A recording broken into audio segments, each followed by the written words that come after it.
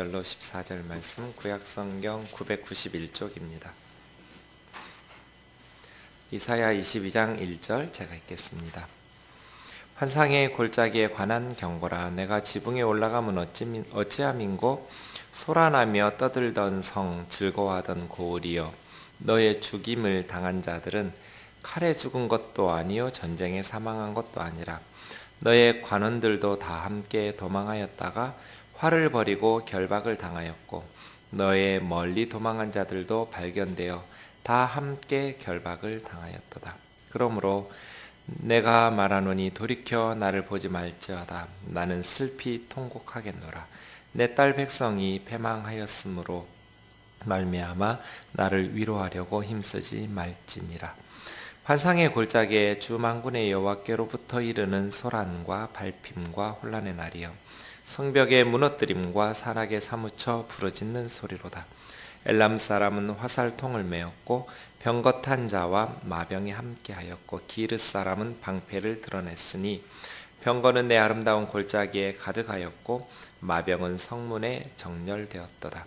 그가 유다에게 덮였던 것을 벗김에 그날에야 내가 숲을 곳간의 병기를 바라보았고, 너희가 다윗성에 무너진 곳이 많은 것도 보며, 너희가 아랫못에 물을 모으며 또 예루살렘의 가옥을 개수하며 그 가옥을 헐어 성벽을 견고하게도 하며, 너희가 또 옛못의 물을 위하여 두 성벽 사이에 저수지를 만들었느니라. 그러나 너희가 이를 행하신 이를 앙망하지 아니하였고, 이 일을 옛적부터 경영하신 이를 공경하지 아니하였느니라.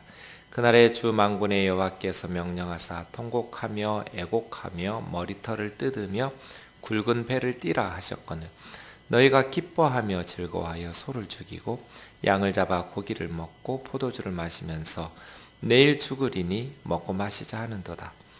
만군의 여호와께서 친히 내 귀에 들려 이르시되, 진실로 이 죄악은 너희가 죽기까지 용서하지 못하리라 하셨느니라.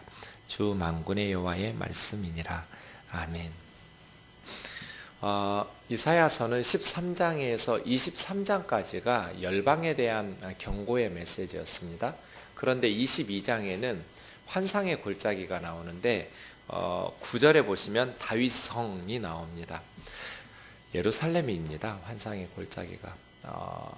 예루살렘은 원래는 이스라엘 사람들이 여호수아 시대에 정복하지 못하고 산 높은 곳에 있으니까 정복하기가 어려웠을 거잖아요. 여부스 족속이 살고 있었던 것을 기원전 1003년에 다윗이 왕이 된 후에 여부스 족속을 예루살렘에서 몰아내고 정복해서 이스라엘의 수도로 삼았기 때문에 예루살렘을 다윗성이라고 부릅니다. 그러니 환상 골짜기는 다윗성 예루살렘을 의미합니다. 보통 골짜기, 물론 예루살렘 주변에 산들이 많고 골짜기가 많아서 골짜기라고 할 수 있지만, 예루살렘은 시온산 정상에 있기 때문에 시온산, 열방에 우뚝 솟아서 열방이 예루살렘으로 모여드는 그러한 산으로 표현하는데, 골짜기로 한 것은 그만큼 낮추는 그런 의미가 있지 않을까 하고 추측해 봅니다. 그런데 그냥 골짜기도 아니고 환상, 하존이라고 그래서 꿈, 이상, 환상 이렇게 번역할 수 있다는데요. 이상의 골짜기라고 그랬습니다. 아마 이것은 예루살렘에는 선지자들이 있고 하나님의 성전이 있고 해서 하나님의 환상과 이상, 하나님의 계시의 말씀들을 받아야 되는 세계 모든 열방의 도시들 중에서 가장 하나님의 환상과 계시를 받아야 되는 곳이기 때문에 환상의 골짜기 이렇게 부른 것 같습니다. 그런데 이게 약간 조롱하는 표현이 돼요. 왜냐하면 22장에서는 예루살렘 사람들이 하나님의 계시를 깨닫지 못해서 지금 열방이 심판받고 있잖아요. 하나님의 심판의 손길이 열방을 향해서 블레셋, 애굽, 모압, 암몬 다 이런 식으로 하나님의 심판이 진행되고 있는데, 예루살렘 사람들이 그 하나님의 손길을 깨닫고 환상과 계시의 말씀을 받고 이것을 대배해야 하잖아요. 그런데 예루살렘 사람들이 하나님의 계시의 말씀을 듣지 못하는 영적으로 매우 둔감한 상태에 있다가 멸망하는 메시지거든요. 그러니까 환상의 골짜기라는 표현 자체가 예루살렘을 향한 조소하는 역설적인 그런 표현이 되겠죠. 뭐 예컨대 기쁨의 교회인데 맨날 울고 슬퍼할 일만 생긴다면 이게 기쁨의 교회라는 이름 표현 자체가 사랑의 교회인데 사랑은 없고 맨날 싸우고 욕하고 뭐 이런다면 이름값을 하지 못하는 것이잖아요. 이렇듯이 환상의 골짜기, 예루살렘은 지상의 그 어떤 도시보다도 하나님의 계시와 하나님의 말씀과 환상을 통해서 하나님의 세계 역사를 운행하시는 것들을 깨닫고 그것을 위해서 적절하게 준비하고 그 하나님의 역사 운행에 맞춰서 살아가야 될 텐데 그 하나님의 환상을 받지 못해서 무너지고 파괴되는 모습의 메시지거든요. 그러니 환상의 골짜기라는 표현이 2번이나 나오는데 5절에도 나와요. 이러한 예루살렘에 대한 환상의 골짜기라는 표현 자체가 약간은 좀 내용하고 맞지 않다 해서 조롱의 요소가 있는 것 같습니다. 1절부터 보시죠. 22장입니다. 내가 예루살렘에게 너라고 부르는 것이죠. 예루살렘아, 지붕에 올라가면 어찌함인고. 보통 이제 이스라엘 내부에 어두우니까요. 낮에도 평평하게 지붕을 만들어 놓고 거기서 쉬기도 하고 기도하기도 하고 교제하기도 하고. 지붕에 왜 올라갔는가? 문맥상 둘 중에 하나인데요. 무슨 일이 있어서 그렇게 다급하게 지붕으로 도망갔느냐? 동태를 살피기 위해서 높은 곳으로 올라갔느냐? 뭐 이런 뜻으로 볼 수도 있겠고요. 보통은 애통하기도 하고 하는데 2절에 보니까 소란하고 떠들고 즐거워하고 이 세 단어들이 나오는 것을 보니 잔치하고 기쁘게 떠드는 장소로서 지붕에 올라간 것 아닌가 하는 추측도 해볼 수 있습니다. 어쨌든 질문하고 있습니까? 질문하고 있는데 예루살렘아, 너가 지금 지붕으로 올라간 것이 왜냐? 왜 지붕으로 올라갔느냐? 소란하며 떠들던 성, 즐거워하던 고을이여. 축제, 완전히 흥분의 도가니죠. 열광적인, 소란하게 떠들고 즐거워하면서 잔치 분위기예요. 네. 지금 국가적 위기 상황에 열방이 심판을 받고 있으면 예루살렘 사람들은 자기 자신들의 신앙과 삶을 돌아보면서 하나님 앞에서 자기 자신을 기도 가운데 세워야 하잖아요. 산에 가서 나라를 위해서 기도하든지 골방에 들어가서 하나님 앞에서 회개하며 기도하든지 이러한 상황인데 지붕 위로 올라가서 소란하게 기뻐 떠들면서 흥분과 환호성을 지르면서 잔치 벌이고 있단 말이에요. 그러니 환상의 골짜기인데 하나님의 계시의 말씀을 듣지 못하고 환상이 없는 멸망길로 갈 수밖에 없는 영적으로 둔감한 상태를 책망하는 거죠. 소란하며 떠들던 성, 즐거워하던 고을이여, 너의 죽임을 당한 자들은 칼에 죽은 것도 아니요 전쟁에 사망한 것도 아니라.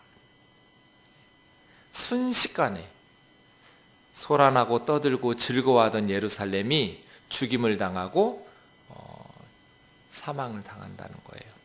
그래서요, 이제 절망과 탄식의 시대가 오는데 너무나 순식간이에요. 그래서요, 사랑하는 형제 자매 여러분, 그냥 열광적인 흥분 속에서 우리 눈앞에 펼쳐져 있는 그러한 삶의 성공과 기쁨으로 영적인 둔감함 상태에 빠지지 않기를 바랍니다. 세상적인 성공 때문에 영적으로 민감하지 못하고 지금 하나님의 손길이 어떻게 진행되는지를 깨닫지 못하고 기도해야 될 때인지 자기 자신을 하나님 앞에서 돌아보면서 회개할 것들을 회개할 때인지를 깨닫지 못하고 그저 떠들면서 잔치 벌이고 있는 이 영적인 어리석은 예루살렘 사람들의 멸망을 봅니다. 하나님의 심판이 임하면 순식간이죠. 한순간에 절망과 탄식으로 변하게 되잖아요. 그런데 특이한 것은 죽임을 당한 자들은 칼에 죽은 것이 아니요 전쟁에 사망한 것이 아니에요. 밑으로 내려가 보시면 6절 보시면 엘람 사람과 기르 사람들이 화살통을 메고 방패를 드러내면서 병거가 예루살렘 아름다운 골짜기에 가득하고 마병이 예루살렘 성문에 정렬되면서 결국은 이방의 군대들이 쳐들어와서 예루살렘이 망하고 무너지거든요. 그러면 칼에 죽고 전쟁에 망해야 하잖아요. 이방 군대가 예루살렘에 쳐들어왔으면 예루살렘 사람들이 죽는다면 칼과 전쟁 가운데서 사망해야 되는데 그렇게 죽는 게 아니라면 어떻게 죽는다는 거예요? 애워싸임을 당하면서 그 안에서 굶어 죽는 거예요.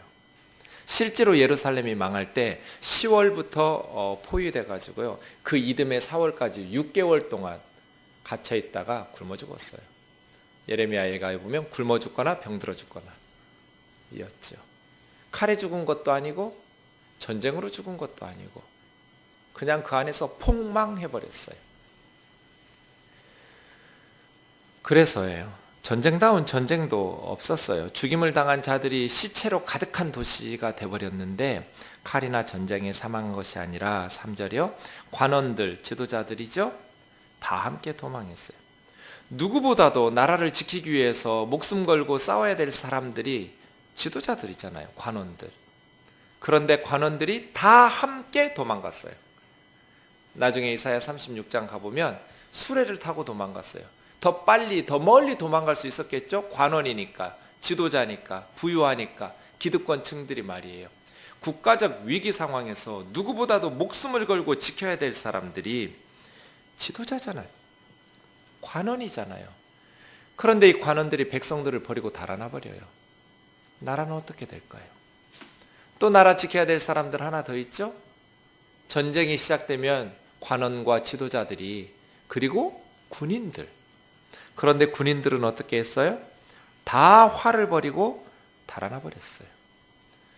그러니까 전쟁이 시작됐는데 누구보다도 나라를 지키기 위해서 목숨을 걸어야 될 애국자들인 국가 지도자들과 활을 지니고 있는 군인들이 다 버리고 달아나다가 붙잡혀서 죽은 거예요. 그러니 나라가 어떻게 되겠어요? 대한민국이라는 나라가 우리가 목숨을 걸고 지켜야 될 그러한 나라이지, 내 이익을 위해서 뜯어먹어야 될 그러한 먹잇감은 아니잖아요. 이방의 군대들이 쳐들어오면 이제 버리고 달아나 버리는 그러한 국가에 대한, 나라에 대한 애국심과 백성 공동체에 대한 책임의식이 없는 사람들이 관원이고 군인들이고, 그러면 예루살렘은 어떻게 되겠어요? 칼에 죽은 게 아니에요. 나라를 지키다가 칼에 죽어야죠. 관원들이. 나라를 지키다가 칼에 죽어야죠. 군인들이. 그런데 다 함께 버리고 도망가다가 붙잡혀서 죽으면 얼마나 부끄러워요.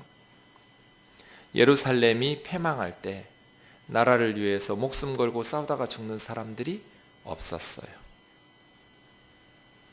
멀리 도망한 자들도 발견되어 다 함께 결박을 당하였도다. 4절이요. 그러므로 내가 말하노니, 이제 선지자가 얘기하는 거예요. 백성들에게. 돌이켜 나를 보지 말지어다. 나 보지 마라. 나 보려고 내 쪽을 향해서 얼굴 돌이키지 마라. 왜요? 나는 슬피 통곡하겠노라. 사람들이 쳐다보면 실컷 못 울잖아요. 나 쳐다보지 마라. 돌이켜 나를 바라보지 마라. 실컷 울면서 통곡할 수 있도록. 그러니까 지금 누구만 울고 있어요? 이사야 선지자만 울고 있어요. 백성들은 다가오는 멸망을 보지 못하고 잔치 벌이고 있어요. 그런데 아이러니컬하게 그 도시는 환상의 골짜기예요. 하나님의 계시를 받아서 환상을 본다고 말하는 사람들이 가까이 찾아온 국가의 붕괴와 멸망을 보지 못하고 잔치 벌이고 있어요. 그래서 선지자가 울면서 통곡을 하는 거예요.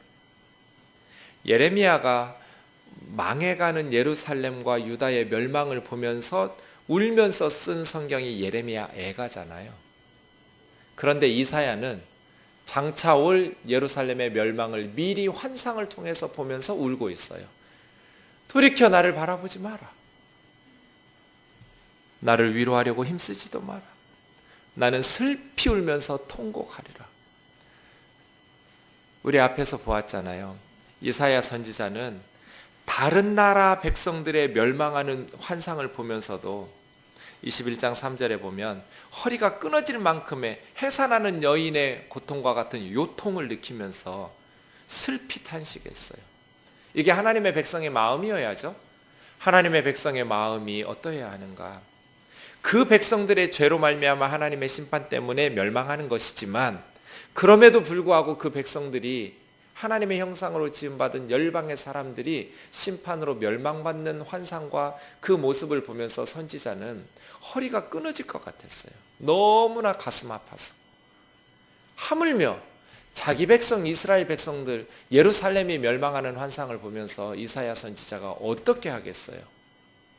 참 선지자는 이러한 것이죠. 하나님 말씀 안 듣고 나를 통해서 전달되는 하나님의 메시지 거부하다가 나를 박해하고 나를 그렇게 무시하다가 꼴 좋다, 그러지 않았어요.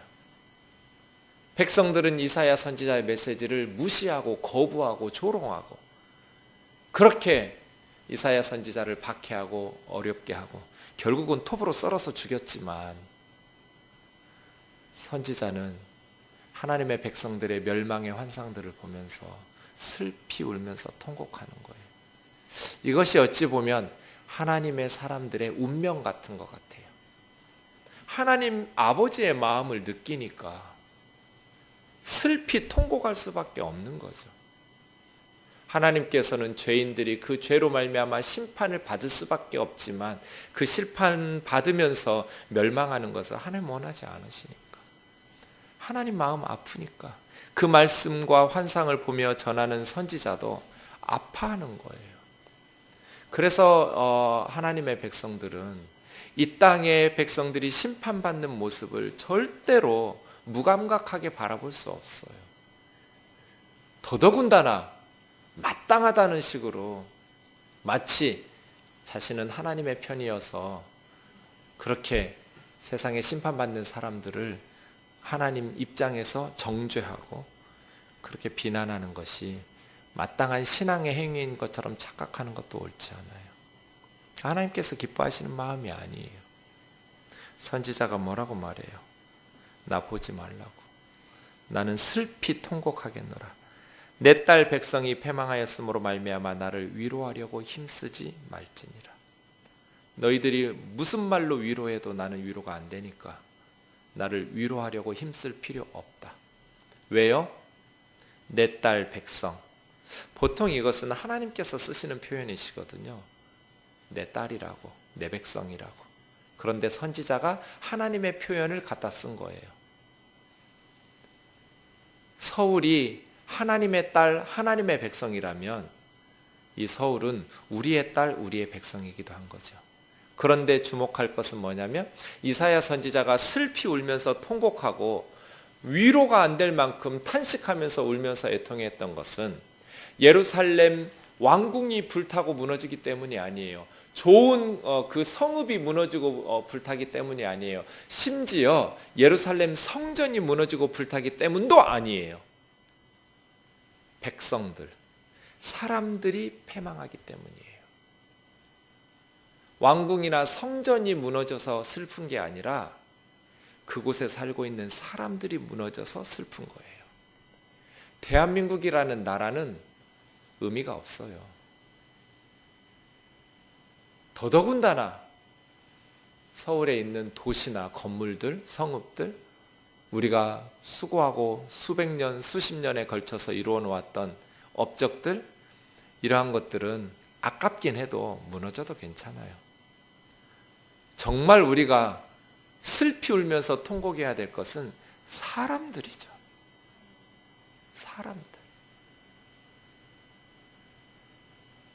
그런데 그리스도인이라고 말하면서도 사람들의 소중함을 너무나 가소평가하는 말들과 글들을 읽을 때마다 가슴이 아파요.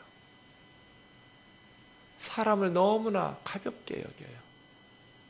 한 사람이 천하보다 귀하다고 말하면서도 우리는 지금 하루에 수십 명씩 자살하잖아요. 그렇게 많은 사람들이 스스로 목숨을 끊으면서 그런 사회에서 세계 13등이니 14등이니 경제 대국이니 무슨 의미가 있어요?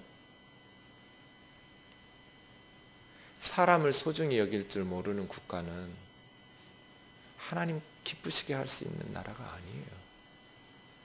이사야가 왜 울었냐면 예루살렘이 무너졌기 때문이 아니에요. 정확히 표현하면 내 딸, 내 백성이 패망했기 때문이에요. 사람들이 무너졌기 때문이에요. 나라야, 건물이야, 어떠하든지 정말 중요한 것은 사람들이거든. 그래서예요. 내 딸 백성이 패망하였으므로 나를 위로하려고 힘쓰지 말지니라. 이것이 선지자의 고백이었어요. 환상의 골짜기에 놀라운 것은 5절에 주 만군의 여호와께로부터 소란, 발핌, 혼란, 성벽의 무너뜨림, 산악에 사무쳐 부르짖는 소리가 왔어요. 사실은 엘람과 기르라는 이방의 군대거든요. 이 엘람과 기르는 바벨론 위쪽에 있는 지역이에요. 실제로 남쪽 유다와 예루살렘은 바벨론에 의해서 망했죠. 어쨌든 예루살렘이 패망하게 된 직접적 원인은 이방의 군대였거든요. 그런데 선지자는 뭐라고 말해요? 5절에 보면 주 만군의 여호와께로부터 이르렀다고 말해요. 그러니까 예루살렘 멸망의 직접적 원인은 하나님으로부터 온 거예요. 이방의 군대가 아니라. 선지자가 전하고 싶은 메시지는 이거였어요. 그럼 우리는 어떻게 해야 돼요? 회개해야죠. 예루살렘은 어떻게 해야 돼요? 하나님 앞에 바로 섰어야죠. 그들의 신앙과 삶을 하나님 앞에서 점검하면서 회개하고 돌이키고 하나님을 붙잡는 믿음을 가졌어야죠. 이게 환상을 제대로 본 사람들이잖아요. 하나님의 능력을 바라본 사람들, 하나님의 능력 있음을 믿고 의지하는 사람들. 그런데 이 예루살렘은 국방, 군사력을 의지하고 동맹을 맺었던 외국의 군대들을 의지하다가 이제 자신들의 국방력이 무너져 버리고 군인들이 활 버리고 달아나 버리니까요. 지도자라는 관원들도 다 도망가다가 붙잡혀서 죽었어요. 이사야 선지자 마음이 아주 복잡했을 것 같아요. 한편으로는 나라를 버리고 달아나 버리는 지도자들의 그 비겁함과 그 악행에 대한 실망과 분노도 있을 것이고, 그럼에도 불구하고 하나님의 백성들이 패망해 가는 것에 대한 슬픔과 애통함도 있을 것이고, 하나님의 환상을 받았던 선지자는 슬피 통곡하며 울 수밖에 없었어요. 왜요? 그 고난과 재난이 만군의 하나님 여호와께로부터 왔기 때문이에요. 그런 방법이 없어요. 이방의 군대들을 통해서 왔다면 하나님 앞에 바로 서서 문제가 해결될 가능성이 있어요. 아무리 강력한 군사 대국이 몰려온다 할지라도 하나님을 이길 수는 없잖아요. 그런데 하나님의 백성이라고 말하는 예루살렘 사람들이 하나님 앞에 바로 서지 못해버리면, 그 재난이 하나님께로부터 와버리면 방법이 없어요. 그래서예요. 하나님 앞에서 바로 살았어야 돼요. 소란, 발핌, 혼란의 소리들을 상상해 보세요. 이방의 군대들이 쳐들어오니까 얼마나 소란하고 짓밟히면서 그 혼란한 아우성 소리들이 귀에 들려오는 것 같아요. 성벽의 무너뜨림, 견고하게 쌓았던 성벽들이 이방의 군대들이 밀려오니까 다 허물어져 버리고, 산악에 사무쳐 부르짖는 소리, 산과 바위를 향해서 우리를 덮치라고 사무치면서 부르짖는, 혹은 예루살렘 산에는 하나님이 계신다고 생각했기 때문에 이방의 군대들을 바라볼 때 하나님을 향해서, 우리를 향해서 덮어달라고 사무치게 부르짖는 도움의 손길, 구원의 외침일 수도 있어요. 엘람 사람은 화살통을 메고 병거탄 자와 마병이 함께, 기르 사람은 방패를 드러냈으니 병거가 아름다운 골짜기 예루살렘으로 올라가는 골짜기들을 가득 메웠고 마병은 예루살렘 성문에 정렬되었도다. 그가 유대아에 덮었던 것을 벗김에 아마 그 글을 이방의 군대로 본다면 이스라엘 사람들이 덮었던 것들, 토성이나 아니면 둔턱을 이렇게 쌓으면서 덮어놓았던 그러한 언덕들을 다 무력화시켰다로 볼 수 있고요.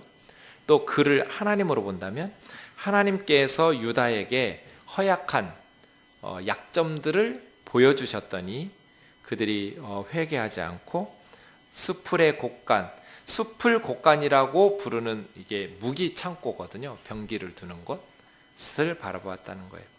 나라가 덮였던 것을 들춰내니까 자신들이 어디가 연약했는지를 깨닫고 무기들을 비축하기 시작했다는 것이죠. 군사력을 의지했다는 거예요. 그것이 이제 9절부터 시작되는데 다윗성에 무너진 곳이 많은 것도 보며 첫 번째 한 게 뭐예요? 무너진 다윗성을 보수 작업한 거죠.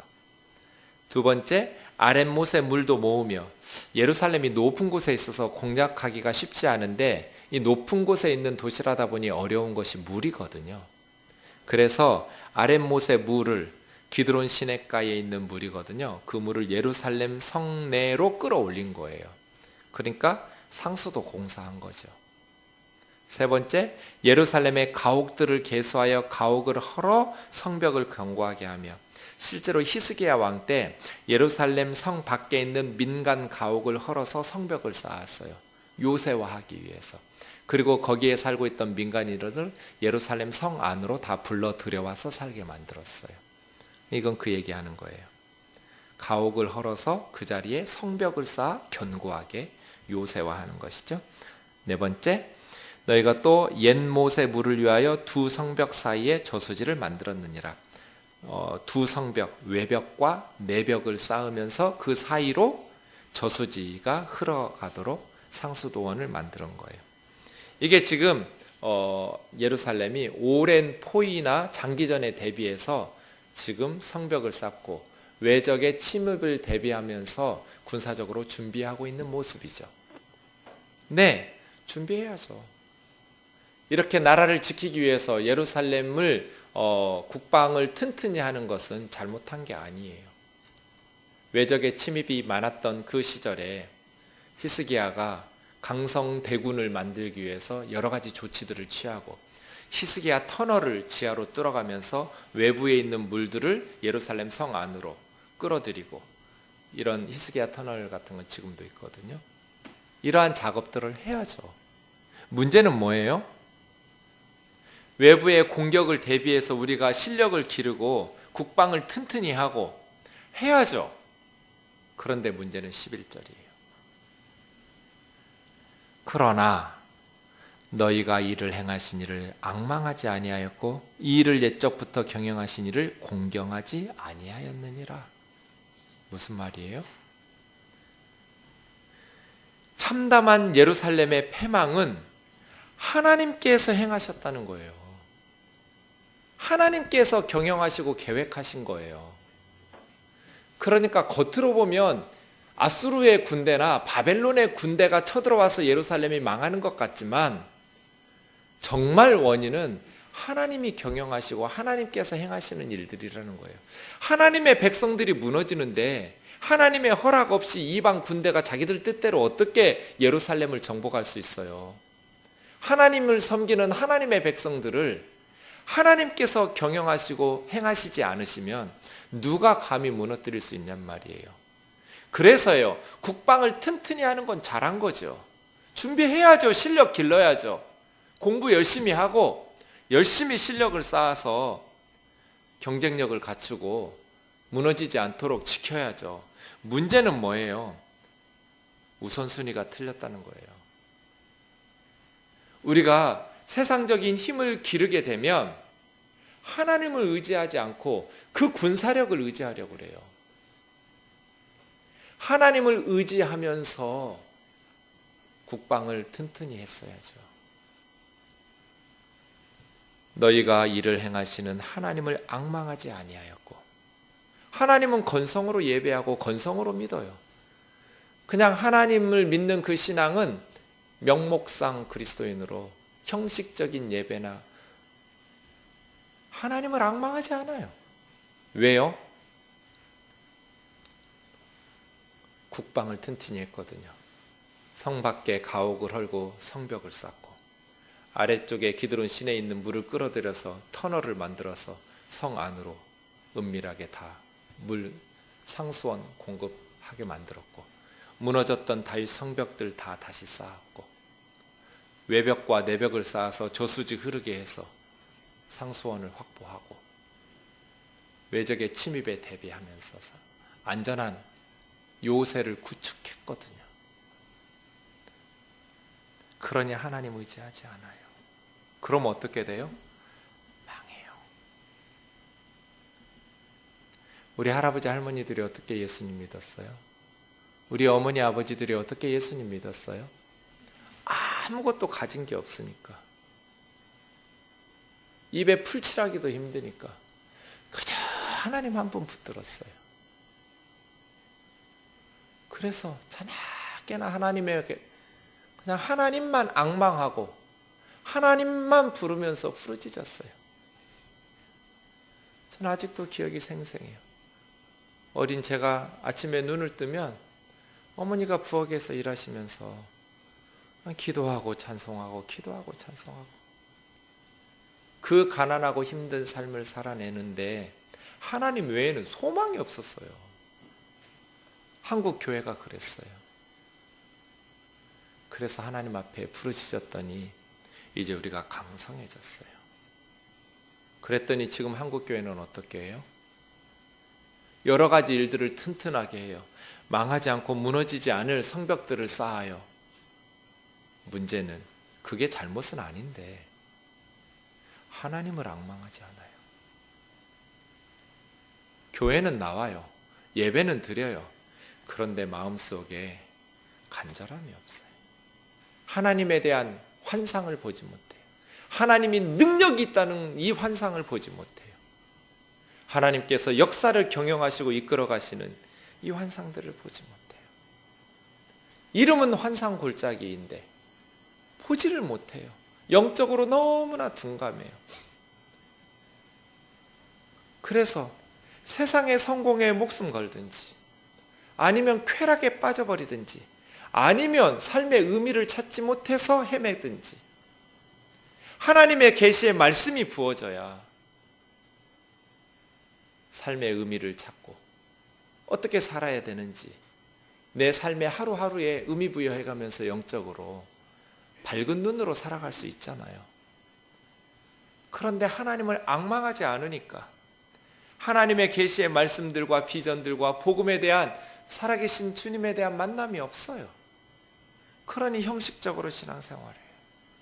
그러니 삶이 세상만 남아요.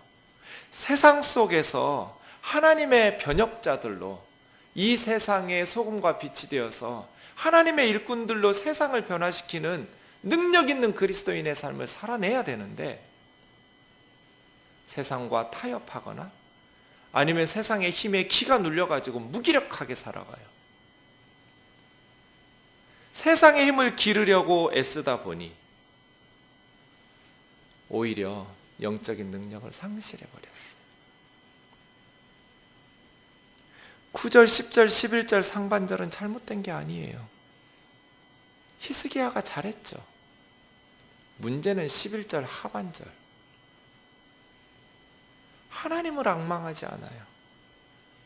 그리고 하나님을 공경하지 않아요. 그 근거가 12절이에요.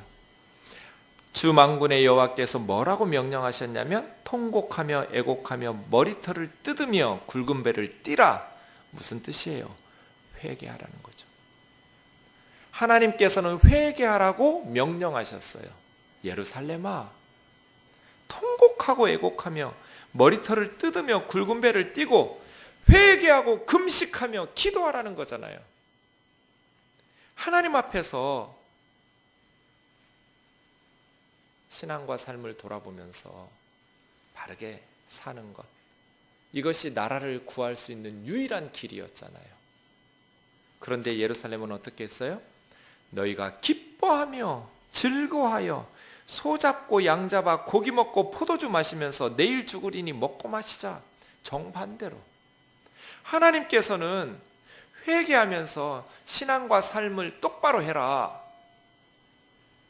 금식하고 회개하고 기도하면서 통곡하고 애곡하고 머리를 쥐어 뜯어가면서 하나님 앞에 베옷을 입고 회개하라고 말씀하셨더니 정반대로 잔치를 베풀어 가면서 소 잡고 양 잡고 포도주 마셔가면서 고기 처먹고 회개를 거부했어요. 하나님의 말씀에 빗장 질러버린 거예요. 하나님을 향해서 문을 닫아버렸어요. 그래서 하나님 뭐라 말씀하셔요? 만군의 여호와께서 친히 내 귀에 들려 이르시되 이사야 선지자의 귀에다가 대고 하나님이 속삭이셨어요. 진실로 이 죄악은 너희가 죽기까지 용서하지 못하리라. 마지막 살아갈 수 있는 기회는 하나님께서 통곡하고 애곡하면서 머리 쥐어 뜯고 베옷 입어가면서 회개하라는 명령에 순종하는 것이었는데, 하나님께서 회개하고 순종하라고 그랬더니 하나님의 백성이라는 사람들이 잔치를 베풀어 버려요. 어차피 죽을 거 내일 죽을지 모레 죽을지 모르니 오늘 먹고 마시자. 이게 뭐예요? 하나님의 뜻도 없고 하나님의 역사도 없고 그저 현실 쾌락주의에 빠져가지고 자기 도취와 자기 만족, 이기적인 자기 욕구밖에는 남아있지 않은, 하나님의 나라도 관심이 없고 하나님께서 세우신 이 역사, 우리 공동체도 관심이 없고 그저 언제 죽을지 모르니, 내일 죽을지 모레 죽을지 모르니, 내일 죽으리니 먹고 마시자. 현대인들이 이렇게 살아가지 않아요? 그러다가 적군이 쳐들어오면 버리고 달아나고 삶의 의미가 없어요. 왜 살아야 되는지, 무엇을 위해서 목숨을 걸어야 되는지. 하나님의 백성이라는 사람들이 끝까지 하나님을 의지하면서 주신 자리를 지키고 신앙인으로서의 주신 사명을 감당하면서 주님 맞아야 되잖아요. 세상 사람들은 모르겠어요. 내일 죽으리니 오늘 먹고 마시자. 그게 세상 사람들의 외침이라면 우리 그리스도인은 달라야 하잖아요. 내일 죽더라도 하나님께서 주신 그 자리를 성실하게 지켜가면서 주신 사명을 감당해야죠. 공동체를 생각하고 하나님의 나라를 생각하고 나에게 주신 직분을 지켜가면서 하나님 기쁘시게 하고 하나님의 백성들에게 마지막 떠나는 마지막 생을 다하는 그 순간까지 우리 후손들에게 하나님의 백성으로서의 삶의 모습을 보여야 하잖아요. 그것이 우리의 삶, 우리의 사명인 줄로 믿습니다. 회개를 거부하고 통곡하고 애곡하라고 그랬더니 잔치 베풀면서 하루하루 먹고 마시고 떠들면서 살았던 그들, 이 죄는 죽기까지 용서받지 못할 거라고 하나님께서 탄식하시면서 이사야 선지자에게 하신 말씀들을 우리가 기억하기를 원합니다. 이제 다음 주에는 15절에 샘나라는 국내 대신이 나옵니다. 부정부패의 상징입니다. 그리고 20절부터는 엘리야김이라는 국내 대신 샘나를 대신하는 사람이 또 나옵니다. 무능함의 대표입니다. 나라는 왜 망하는가? 부패하고 무능한 지도자들 때문에 망한다는 것입니다. 다음 주에 계속 보도록 하겠습니다. 우리 그런 의미에서 사랑의 목자 예수, 저는 한번 피리 꽂